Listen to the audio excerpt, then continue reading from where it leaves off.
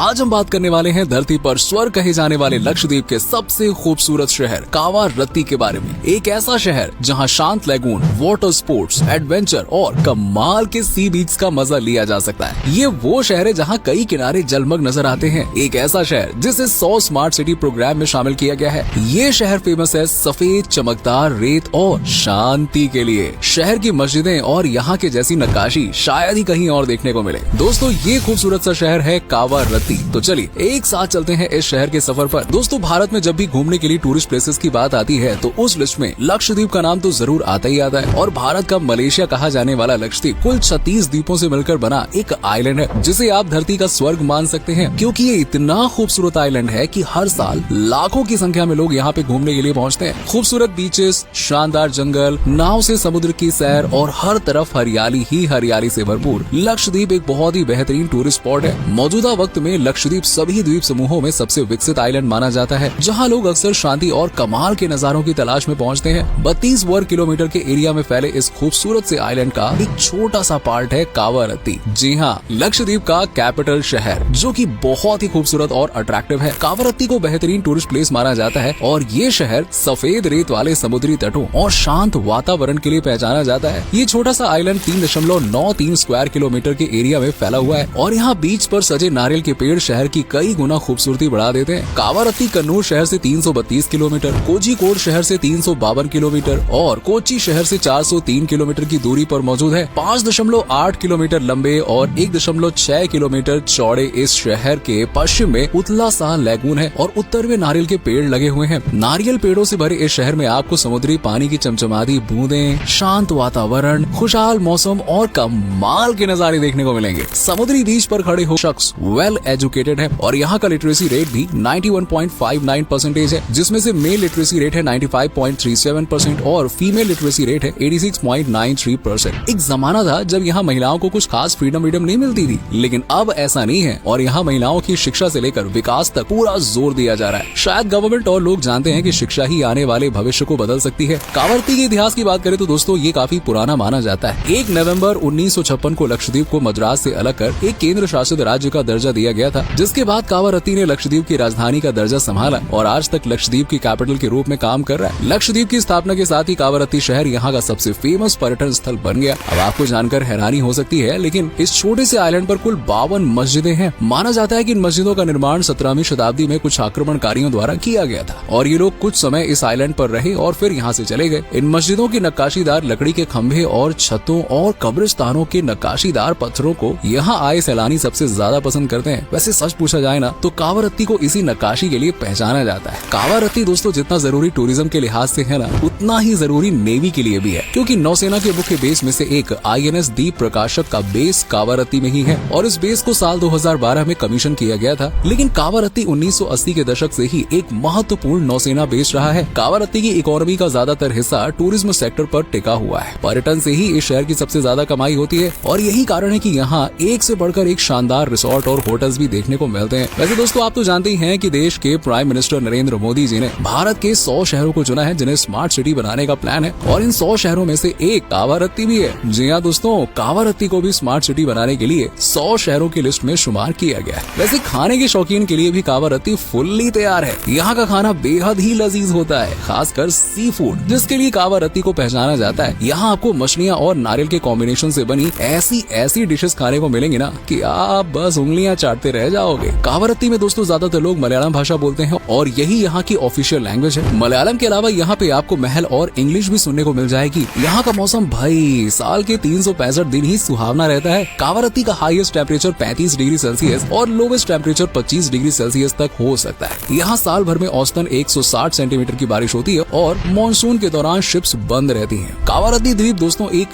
कूदल यानी कि फावड़े के आकार का है। शहर का मुख्य व्यवसाय मछली पकड़ना और नारियल की खेती करना है। साथ ही यहाँ से टूना मछली का एक्सपोर्ट भी किया जाता है। लक्षद्वीप की इकोनॉमी में कावारत्ती का अहम योगदान है और कावारत्ती में ज्यादातर लोग आपको नारियल की खेती करते हुए नजर आ जाएंगे। इसके बाद सबसे ज्यादा लोगों का घर चलता है मछली पकड़कर। कावारत्ती के लोग ना बहुत ही साधारण से होते हैं। इन्हें चमक धमक से दूर शांति के साथ जिंदगी बिताना बहुत पसंद होता है। कावारत्ती दोस्तों खूबसूरत और अट्रैक्टिव होने के साथ ही साथ पूरे भारत में सबसे सुरक्षित शहरों में से एक है। आप यहाँ अकेले, पूरी फैमिली के साथ या फिर दोस्तों के साथ बिंदास घूमो, कोई टेंशन की बात नहीं है। फिर फिर एक अकेली वुमेन भी यहाँ दिल खोल कर और बिना किसी डर के घूम सकती है। और आपको बता दें कि भारत का सबसे पहला लो टेम्परेचर डिसैलिनेशन प्लांट साल 2005 में कावारत्ती में ही लगाया गया था और इस प्लांट पर 187.75 करोड़ रुपए खर्च किए गए थे। और इस प्लांट से उम्मीद थी कि हर रोज 1 लाख लीटर पीने लायक पानी का प्रोडक्शन किया जाएगा। और